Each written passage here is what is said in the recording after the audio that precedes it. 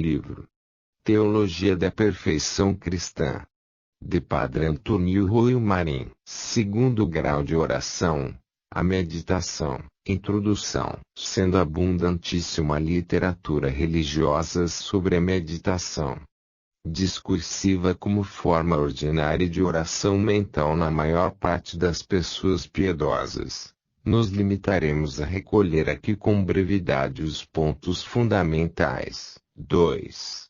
Natureza. A meditação discursiva pode definir-se como a aplicação racional da mente a uma verdade sobrenatural para nos convencermos dela e nos movermos a amá-la e praticá-la com a ajuda de graça.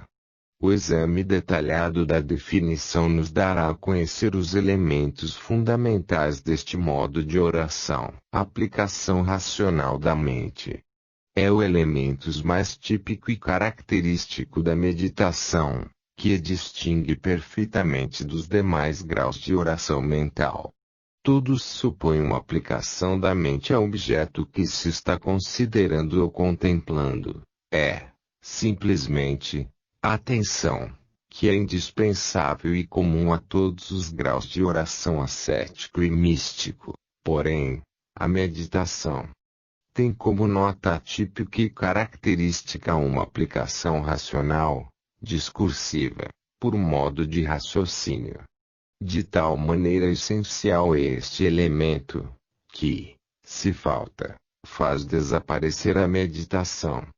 Enquanto tal, quando o discurso desaparece, a alma se deu à distração, ou na oração afetiva, ou na contemplação, e em qualquer destes três casos, a meditação não existe mais. Evidentemente que o discurso da razão está muito longe de ser o fim da meditação, como oração cristã, em que se distinguiria então do simples estudo ou especulação sobre a verdade revelada.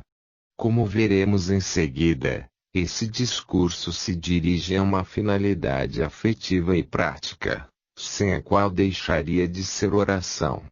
Porém, como elemento prévio ou preparatório é tão indispensável, que sem ele não há meditação propriamente dita. Toda a meditação implica discurso, embora não seja este o elemento mais importante da mesma. Ponto a uma verdade sobrenatural. É evidente desde o momento que nos encontramos diante de uma oração, não diante de um estudo científico de um ramo qualquer do saber humano.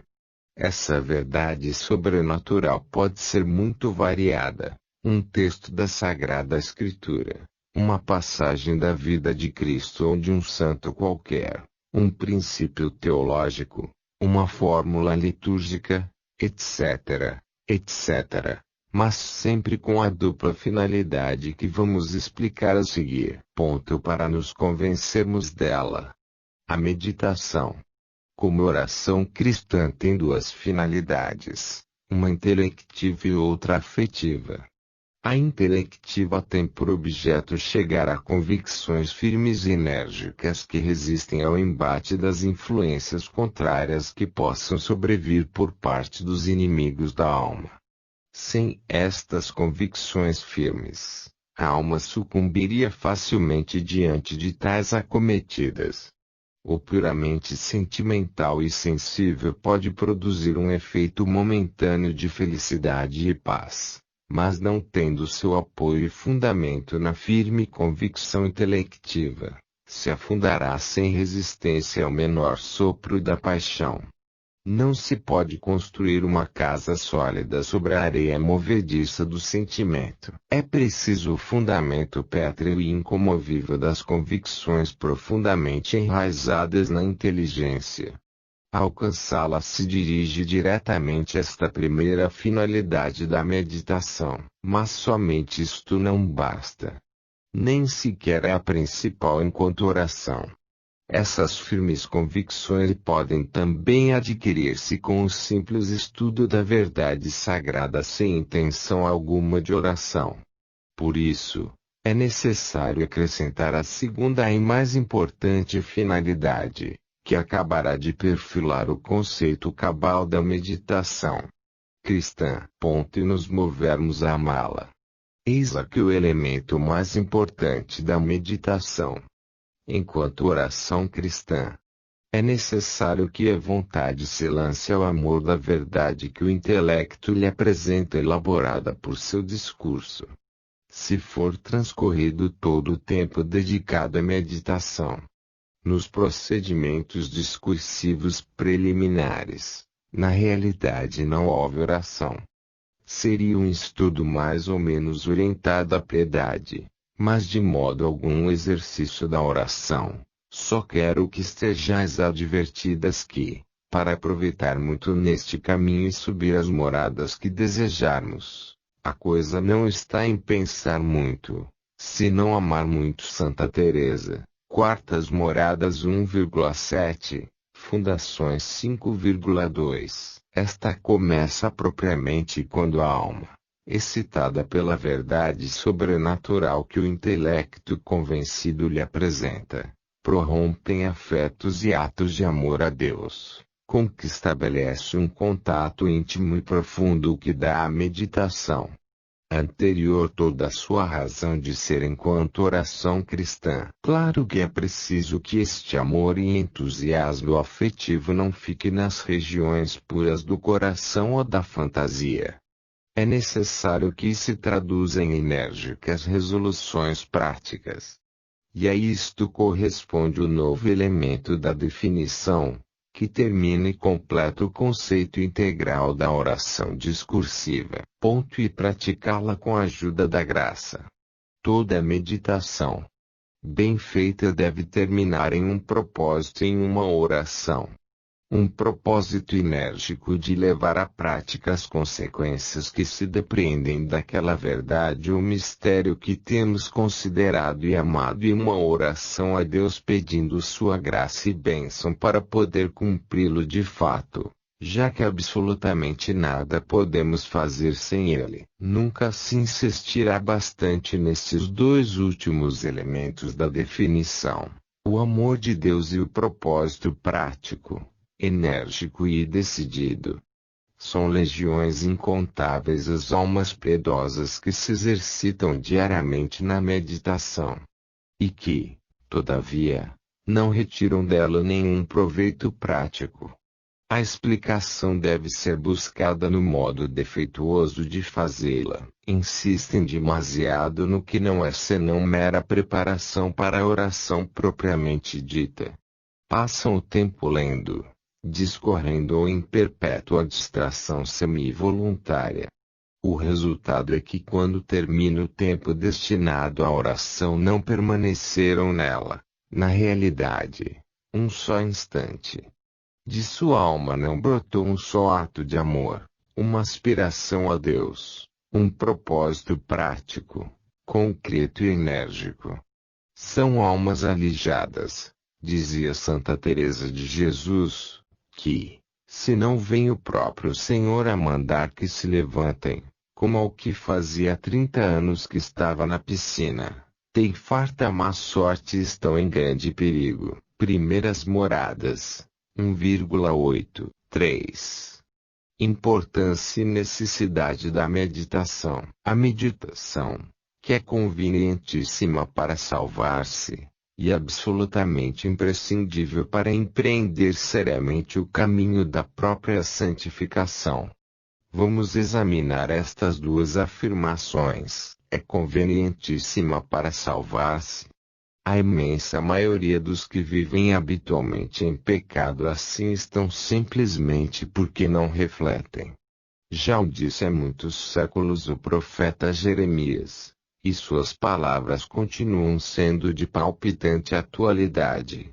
Toda a terra é a desolação por não ter quem reconsidere em seu coração. Jeremias 12,11. No fundo não tem mau coração nem sentem inimizade alguma com as coisas de Deus ou de sua eterna salvação, mas, entregues desenfreadamente às atividades puramente naturais, negócios, etc., e esquecidos inteiramente dos grandes interesses de sua alma, facilmente se deixam levar pelo ímpeto de suas paixões desordenadas, que não encontram nenhum obstáculo nem freio para expandir-se livremente. E passam anos inteiros e às vezes a vida inteira submergidos no pecado. A prova mais clara e evidente de que sua triste situação espiritual obedecia no fundo, mais do que a perversidade ou maldade de coração, a uma frivolidade reflexiva procedente da ausência absoluta de todo o movimento de introspeção, e que quando estes tais, por azar ou providência divina, acertam em praticar uma série de exercícios espirituais ou assistem aos atos de uma missão geral, frequentemente experimentam uma impressão fortíssima, que lhes lança muitas vezes a uma verdadeira conversão, traduzida a partir dali em uma vida cristã séria e inatacável. Com razão, pois, afirma Santo Afonso de Ligório que a oração mental é incompatível com o pecado. Com os demais exercícios pode a alma seguir vivendo no pecado, mas com a oração mental bem feita não poderá permanecer nele muito tempo, ou deixará a oração ou deixará o pecado. É, pois, de maior importância para a salvação eterna a prática assídua e cuidadosa da meditação cristã. É absolutamente imprescindível para a alma que aspire santificar-se, o conhecimento de si mesmo, a humildade profunda, o recolhimento e solidão, a mortificação dos sentidos e outras muitas coisas absolutamente necessárias para chegar à perfeição apenas se concebem e são moralmente impossíveis sem uma vida séria de meditação, bem preparada e assimilada.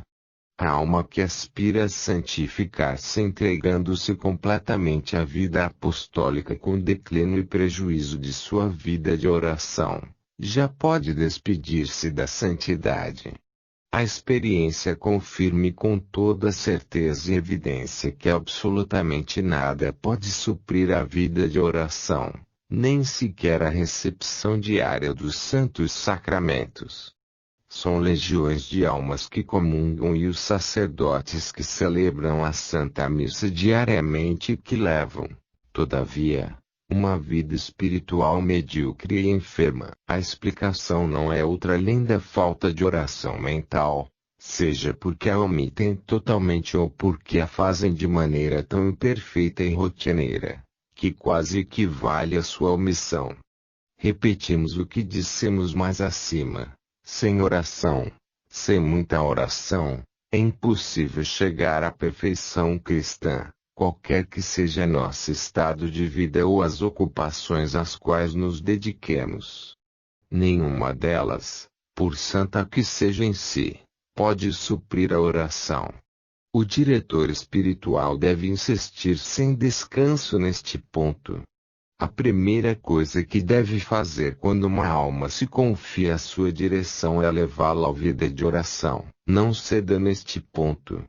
Peça contas de como está indo, que dificuldades encontra, indique os meios de superá-las, as matérias que deve meditar com preferência, etc.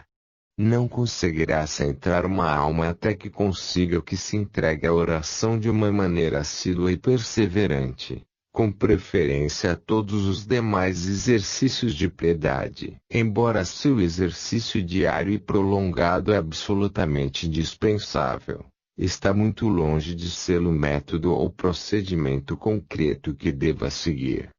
Vamos examinar esta questão. 4. Método da meditação. Um duplo obstáculo deve ser evitado no que diz respeito ao método ou forma de praticar a meditação, a excessiva rigidez e o excessivo abandono. No princípio da vida espiritual é pouco menos que indispensável a sujeição a um método concreto e particularizado. A alma não sabe andar por si só, e necessita, como a meninos, de andadores. Mas na medida que vai crescendo e desenvolvendo-se sentirá cada vez menos a necessidade daqueles moldes, E chegará o momento em que seu emprego rigoroso representaria um verdadeiro obstáculo e impedimento para a plena expansão da alma em seu voo livre até Deus. Vamos recolher aqui com brevidade esquemática alguns dos principais métodos de meditação que foram propostos ao longo dos séculos. Todos eles se praticam na igreja e todos têm suas vantagens e inconvenientes. A alma, orientada por seu diretor espiritual, ensaiará o procedimento que melhor se encaixe com seu próprio temperamento e procurará ter-se a ele enquanto o movimento interior de seu espírito não se oriente até outros horizontes. Ao fazer a eleição, tenha-se em conta, sobretudo, que o melhor procedimento para cada um é o que lhe impulsione com maior eficácia o amor de Deus e desprezo de si mesmo. 5. Na antiguidade, segundo Cassiano, a forma de oração mental praticada pelos padres antigos consistiria em repetir muitas vezes com atenta consideração e afeto o versículo Deus in adiutorium meus intendio vinde ó Deus em meu auxílio, do Salmo 69, 6. Na Idade Média, São Bernardo em seu livro de Consideratione 24, dirigido ao Papa Eugênio III, aponta-lhe um método de oração mental, mas em linhas obscuras e imprecisas. Hugo de São Vítor em algumas de suas obras assinala assim como momento: leitura, meditação, oração, operação e contemplação. Em seu livro De modo discendiente meditante indica somente 3: pensamento, cogitatio, meditação e contemplação. Guido Cartuchano recomenda 4: leitura, meditação, oração e contemplação, dos quais os precedentes sem os seguintes aproveitam pouco ou nada, mas os seguintes sem os precedentes, nunca ou rara vez se podem ter. Outros muitos autores, principalmente São Boaventura e Gerson, seguiram expondo seus sistemas. 7. A partir do século XVI, se delineiam com muita precisão, embora partindo de distintos pontos de vista, diversos métodos de oração mental. Frei Luís de Granada ensina 5 partes ou momentos: preparação, leitura, meditação, ação de graças e petição. São Pedro de Alcântara em seu Tratado de Oração, que não é senão uma adaptação e resumo do livro do Padre Granada, coloca seu partes: preparação, leitura, meditação, ação de graças, oferecimento e petição. O seguem a maior parte dos franciscanos. O padre Jerônimo Graciano e a maior parte dos carmelitas posteriores colocam 7: preparação, leitura, meditação, contemplação, ação de graças, petição e epílogo. Porém, o padre João de Jesus Maria e outros depois dele assinalam somente 100, suprimindo a contemplação. Santo Inácio de Loyola assinala em seus exercícios espirituais vários métodos de oração mental, aplicação das 3 potências, memória, intelecto e vontade, número 45-54. Contemplação imaginária dos mistérios da vida de Cristo. Aplicação dos 5 sentidos. 3 modos de orar que consistem: o primeiro, em uma espécie de exame em torno dos mandamentos, pecados capitais, etc. O segundo, o considerar uma por umas palavras de uma determinada fórmula de oração, por exemplo, o Pai Nosso.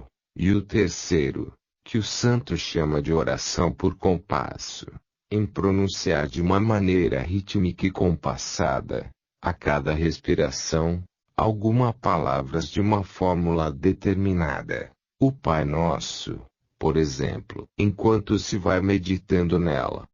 Na famosa contemplação para alcançar o amor propõe um método para ascender das criaturas ao Deus, à semelhança de São Boaventura em seu itinerário. Dentre todos os métodos inacianos, o mais conhecido e generalizado é o da aplicação das três potências.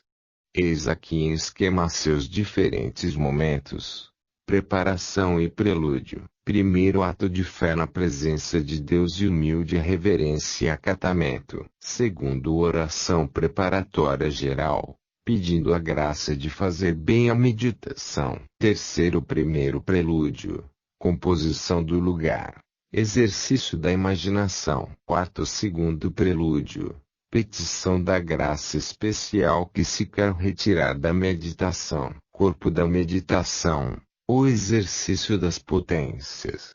Primeiro, a memória, recordando o feito ou assunto com suas variadas circunstâncias. Segundo, o intelecto, examinando: 1. Que devo considerar sobre esta matéria? 2. Que consequências devo retirar para a minha vida? 3. Que motivos tenho para isto? 4. Como tenho me conduzido hoje neste ponto? 5. Como devo portar-me de agora em diante? 6. Que dificuldades terei que vencer? 7. Que meios devo empregar para consegui-lo? Terceiro, a vontade. 1. Excitando a todas as demais potências orar. 2. Prorrompendo em afetos ao longo da oração, especialmente no final. 3. Formando propósitos práticos, concretos, enérgicos, humildes e confiantes. Conclusão. 1 graus Celsius Holóquios, com Deus Pai, Jesus Cristo, a Santíssima Virgem e os Santos. Segundo exame. 1. Como fiz a meditação? 2. Ao que se deve dela feito bem ou mal? 3. Que consequência prática retirei? Que petições fiz? Que propósitos práticos? Que luzes recebi? 4.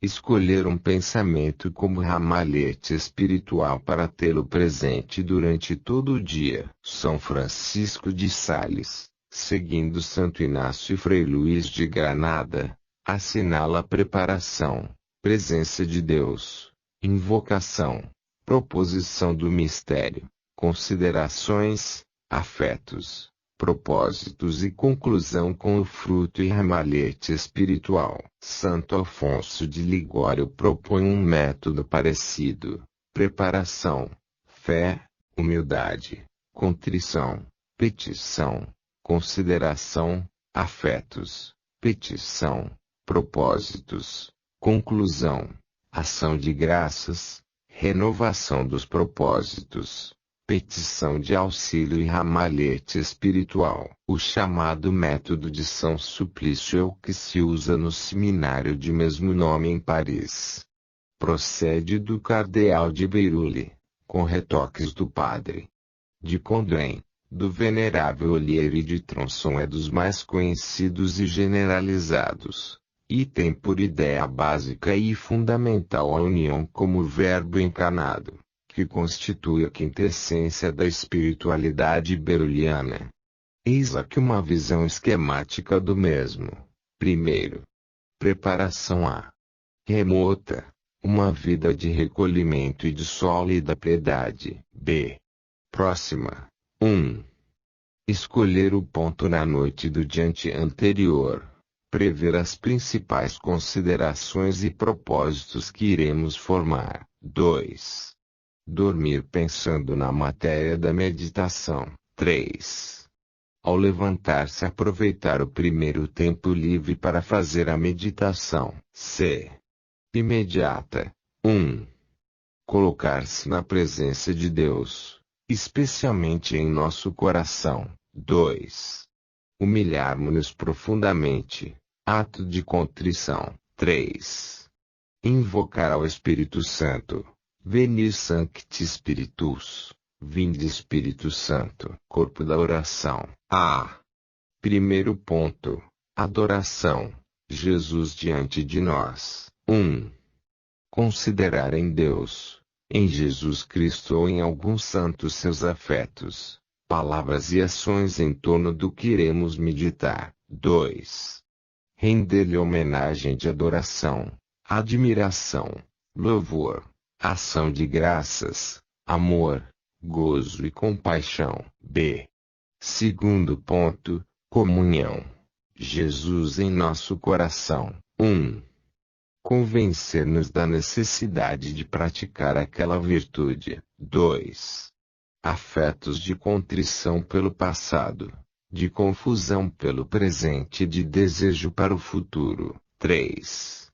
Pedir a Deus essa virtude, participando assim das virtudes de Cristo, e por todas nossas necessidades e as da Igreja. C. Terceiro ponto, cooperação. Jesus em nossas mãos. 1. Formar um propósito particular, concreto, eficaz, humilde. 2. Renovar o propósito de nosso exame particular. Conclusão. Dar graças a Deus pelas luzes e benefícios recebidos na oração. B. Pedir-lhe perdão pelas faltas cometidas nela. C. Pedir-lhe que abençoe nossos propósitos e toda nossa vida. D. Formar um ramalhete espiritual para tê-lo presente durante todo o dia. E. Colocar tudo nas mãos de Maria, subtum praesidium, sob vossa proteção. São João Batista de La Salle, que foi discípulo de Tronçon, propõe a seus irmãos um método muito parecido ao de São Suplício. Insiste, ao preparar-se, na presença de Deus, nas criaturas, em nós, na Igreja, seguem 3 atos em torno de Cristo: fé, adoração e ação de graças; 3 em torno de si mesmo: confusão, contrição e aplicação do mistério; e 3 atos últimos: união com Cristo, petição e invocação dos santos. Como se vê, as fórmulas são variadíssimas, prova de que nenhuma delas é essencial ou indispensável, embora todas venham a coincidir no fundo. Se trata de que a alma se ponha na presença de Deus, reconsidere sobre o que tem feito e o que deve fazer e se entregue a uma conversação afetiva com Deus na demanda de suas graças e bênçãos, terminando com uma resolução enérgica, muito concreta e particularizada. Estas são as linhas gerais nas quais vêm a coincidir todos esses métodos. Cada alma, repetimos, deve escolher aquele que melhor se adequa ao seu temperamento e psicologia, mas sem ater-se demasiado, nem muito menos deixar-se escravizar por ele. Deixar seu espírito seguir com facilidade e sem esforço as distintas moções que lhe inspirem em cada momento a ação santificadora do Espírito Santo. 8. Matérias que se deve meditar. Nisto, como em tudo, é necessário discrição e prudência. Nem todas as matérias convêm a todos, nem sequer uma mesma alma em situações distintas. Os insistirão, antes de tudo, nas matérias que possam inspirar-lhes horror ao pecado, novíssimos, necessidade de purificar-se, etc. As almas adiantadas encontrarão pasto abundantíssimo na vida e paixão de nosso Senhor, e as muito unidas a Deus, na realidade não necessitam de matéria, seguem em cada caso a moção do Divino Espírito, que costuma levá-las à contemplação das maravilhas da vida íntima da Santíssima Trindade. E por aqui não há caminho, pois para o justo não há lei, dizia admiravelmente São João da Cruz. A princípio, todavia, convém escolher a matéria mais apta para o estado e situação da alma, sem prejuízo de deixar-se levar sem resistência do atrativo interior da graça quando impulsiona até outros horizontes. Deixa andar por estas moradas acima e abaixo e aos lados, pois Deus a deu tão grande dignidade, Não se apegue em ficar muito tempo em uma única parte somente. Santa Teresa. Primeiras moradas. Não convém tampouco considerar demasiado a matéria. Eis aqui conselhos sensatos e muitos acertados de um célebre autor, que fazemos inteiramente nossos. A princípio, a matéria deve ser curta, simples e clara, sem complicações, refinamentos nem sutilezas. A oração não é um entretenimento de espíritos ligeiros, senão um humilde comparecer da alma diante de Deus. Inclusive quando a impotência ou a aridez obrigam a uma leitura meditada ou a uma lenta oração vocal na que se vai considerando sucessivamente cada palavra ou pensamento, é preciso não correr de uma a outra palavra, senão deter-se o meio tempo possível para exprimir e saborear o conteúdo de cada uma delas até que o coração se mova e se abrase. Nas condições ordinárias não convém propor ao espírito mais do que um pequeno número de pensamentos. Quando se sabe orar, 1, 2, 3 no máximo, bastam para alimentar a mais longa oração. Não se esqueça nunca, não se trata aqui de ver, senão de amar ou querer. A oração é, antes de tudo, um exercício do coração. Geralmente, os livros apresentam uma abundância tal, que transforma a meditação em leitura espiritual.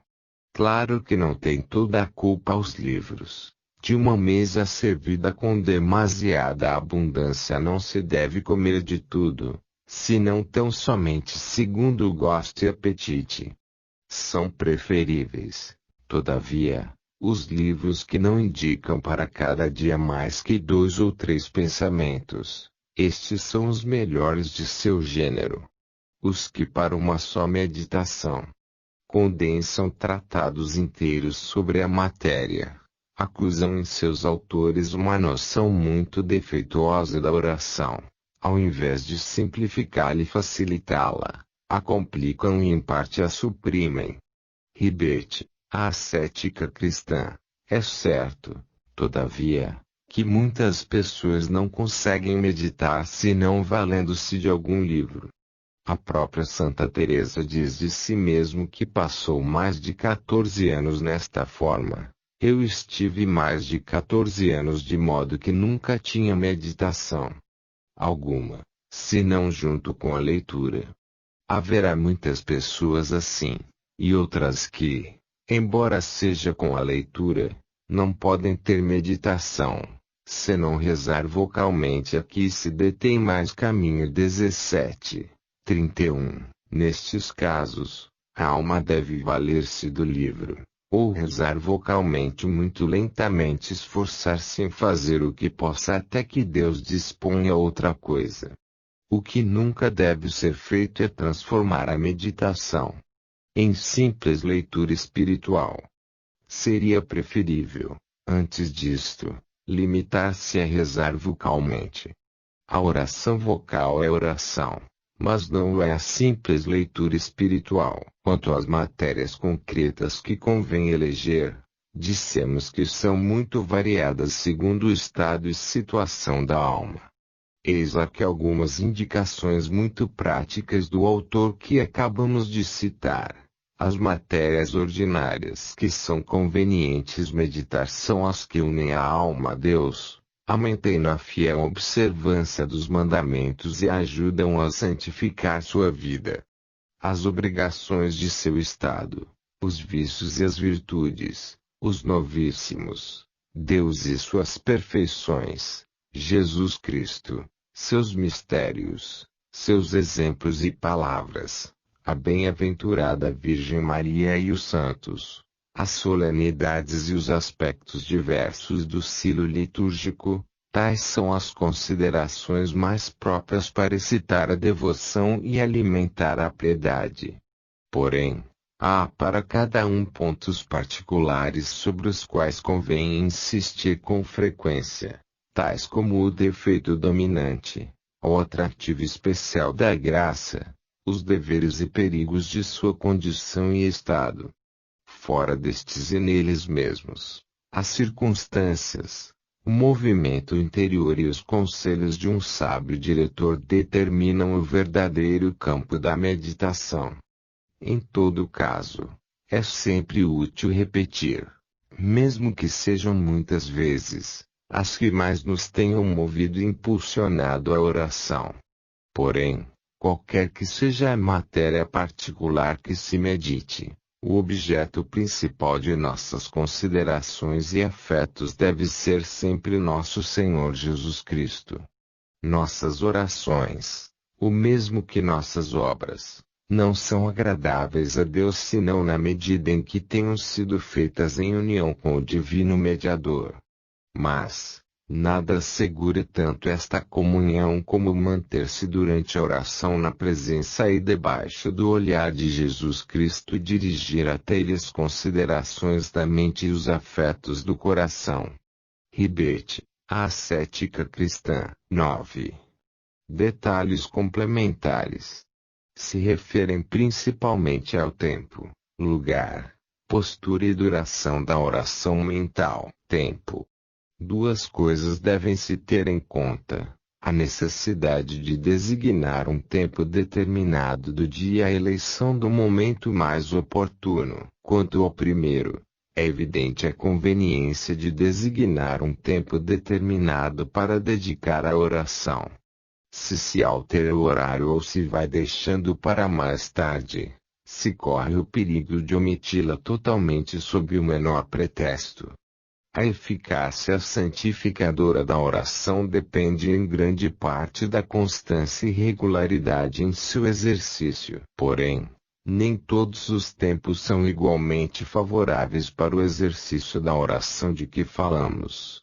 Os que se seguem à comida, ao recreio e ao tumulto das ocupações não são aptos para a concentração do espírito. O recolhimento e a liberdade de espírito são necessárias para a ascensão da alma até Deus. Segundo os mestres da vida espiritual, os momentos mais próprios são, de manhã cedo, de tarde antes da ceia à meia-noite. Se não se pode dedicar à oração mais do que uma única vez ao dia, é preferível de manhã. O espírito, refrescado pelo repouso da noite, possui toda a sua vivacidade, as distrações não lhe assaltaram ainda, e este primeiro movimento até Deus imprime na alma a direção que deve seguir durante o dia. Ribete, a ascética cristã, c. 32, número 3. Os livros sagrados designam também a manhã e o silêncio da noite como as horas mais apropriadas para a oração. De manhã, Senhor, te faço ouvir a minha voz. Cedo me coloco diante de ti, esperando-te. Salmos 5,4. E minhas orações vão a ti desde a manhã. Salmo 87,14. Me levanto à meia-noite para dar-te graças por teus justos juízos. Salmos 118,62. E passou a noite orando a Deus. Lucas 6,12. Lugar. Para alguns religiosos, seminaristas, etc., está determinado expressamente pelo costume da comunidade a oração que se faz em comum. Geralmente é na capela ou no coro. E mesmo privadamente convém fazê-la ali pela santidade e recolhimento do lugar e a presença augusta de Jesus sacramentado. Porém, absolutamente se pode fazer em qualquer lugar que convenha ao recolhimento e concentração do espírito. A solidão geralmente é a melhor companheira da oração bem feita. Jesus Cristo aconselha expressamente no Evangelho, e é útil não somente para evitar a vaidade, Mateus 6,6, senão também para assegurar sua intensidade e eficácia. Nela é onde Deus costuma falar ao coração. Seria bom fazer a oração diante dos espetáculos da natureza, sobre as montanhas, à costa do mar, na solidão dos campos. Deve-se responder que o que para alguns é conveniente, representa para outros um obstáculo. As disposições particulares e a experiência devem designar a regra de conduta. Ribete, a ascética cristã, postura. A postura do corpo tem uma grande importância na oração. Sem dúvida é a alma quem ora, não o corpo. Porém, dadas suas íntimas relações, a atitude corporal repercute na alma e estabelece uma espécie de harmonia e sincronização entre as duas. Geralmente, convém uma postura humilde e respeitosa. O ideal é fazê-la de joelhos, mas esta regra não deve levar-se até a rigidez e o exagero.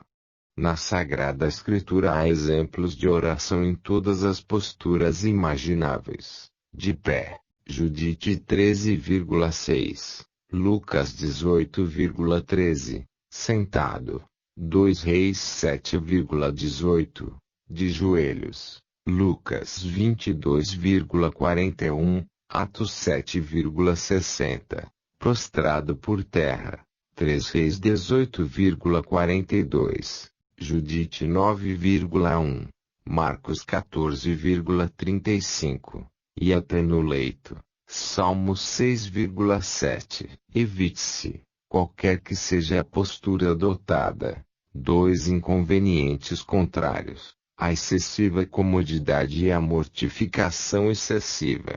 A primeira, porque, como diz Santa Teresa, conforto e oração não se compadecem. Caminho 4,2. E a segunda, porque uma postura excessivamente penosa e incômoda poderia ser motivo de distração e afrouxamento no fervor, que é o principal da oração. Duração. A duração da oração mental não pode ser a mesma para todas as almas e gêneros de vida. O princípio geral é que deve estar em proporção com as forças, o atrativo e as ocupações de cada um. Colocado concretamente, Santo Afonso de Ligório diz que não se deve impor aos principiantes mais de meia hora diária, e que se vai aumentando o tempo na medida que cresçam as forças da alma. Citação latina. Incipiat ergo confessarius introducere animum in orationem. Ab initio non plusquam mediae orais partium assignet, quod inde crescente spiritu, plus minus veongebit praxis confessariorum. São Francisco de Sales, escrevendo especialmente para as pessoas do mundo e as de vida ativa, pede 1 hora. E o mesmo Santo Inácio em seus exercícios. Os que escrevem mais especialmente para os religiosos reclamam de 1 hora e meia, 2 horas. Se compreende que, se o tempo é demasiado curto, não se fará nada além de despojar a imaginação e preparar o coração. E quando se está já preparado e deveria começar o exercício, se deixa. Por isto com razão se aconselha que se tome, para fazer oração, o maior tempo possível, e melhor é dar-lhe uma só vez um longo tempo, do que em 2 vezes pouco tempo a cada uma. Todavia, os antigos monges costumavam fazer breves mas frequentes e intensas orações, que encaixavam muito bem com o habitual recolhimento da vida monástica. O doutor Angélico afirma, como vimos, que a oração deve durar todo o tempo que a alma mantém o fervor e devoção, devendo cessar quando não possa continuar sem tédio e contínuas distrações. Porém, tenha-se cuidado em não dar ouvido à tibieza e negligência, que encontrariam fácil pretexto nesta norma para sacudir o penoso esforço que requer quase sempre a oração. Deve-se, finalmente, advertir que a oração, qualquer que seja sua duração, não pode considerar-se como um exercício isolado e desconectado do resto da vida. Sua influência deve ser sentida ao longo de todo o dia, embalsamando todas as horas e ocupações, que ficarão impregnadas do espírito de oração. Neste sentido, adverte o Angélico no mesmo lugar, A oração deve ser contínua e ininterrupta. Muito ajudará isto a conseguir a prática assídua e fervorosa das orações jaculatórias, que manterão ao longo do dia o fogo do coração. Porém, seja como for, deve consegui-lo a todo custo se queremos levar uma vida de oração que nos conduza gradualmente até o cume da perfeição cristã. Sem vida de oração seria escassíssimo o fruto que retiraríamos de meia hora diária de meditação. Isolada, triste enfermidade, lamenta-te sote, essa do isolamento. Esta regulamentação mecânica, perversão materialista da regularidade, faz da vida como um tipo de armário cheio de gavetas. A tal hora abro esta, a da meditação. Lhe dedico meia hora, e a fecho, e por hoje basta. Logo abro outra, adoração, por 3/4 de hora, e volto a fechá-la. E assim com os demais exercícios e ocupações, cada um deles tem sua gaveta. Os exercícios de piedade vêm a ficar deste modo isolados naquela parte do dia eles dedicada e separados do decurso da vida, e somente exercem na alma essas influências momentâneas, se é que exercem alguma. O conjunto da minha vida fica desconhecido e sem unidade. E adiante acrescenta: a invasão do formulismo isolador em nenhuma parte é tão funesto quanto na meditação. Ponto. Confiando a uma meia hora, se fará este exercício para ter a satisfação de tê-lo feito, e guardando melhor ou pior o tempo estabelecido, crerá alguém tê-lo cumprido, e se dará por terminada a oração, sem que esta tenha eco no restante do dia e sem quase saber o que é a vida de oração. Encerrando e isolando desta maneira a meditação, se chega a matar a contemplação. Em outro tempo, demonstram as regras das ordens antigas, os fiéis eram menos exclusivistas e menos formulistas, cuidavam mais da unidade dos exercícios e da circulação da vida em todos os atos de piedade.